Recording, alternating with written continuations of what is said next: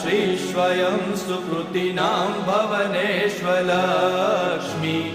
पापात्मनां कृतधियां हृदयेषु बुद्धि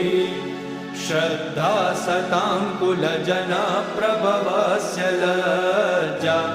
तां त्वां नतास्म परिपालय देवि विश्वम् किं वर्णयाम तव रूपमचिन्त्यमेतत् किं चातिवीर्यमसुरक्षयकारि भूरि किं चाहवेषु चरितानि तवानियानि सर्वेषु देवसुरदेवगणादिकेषु हेतु समस्त जगतां त्रिगुणापि दोषे न ज्ञायसे हरिहरादिभिरप्यपारा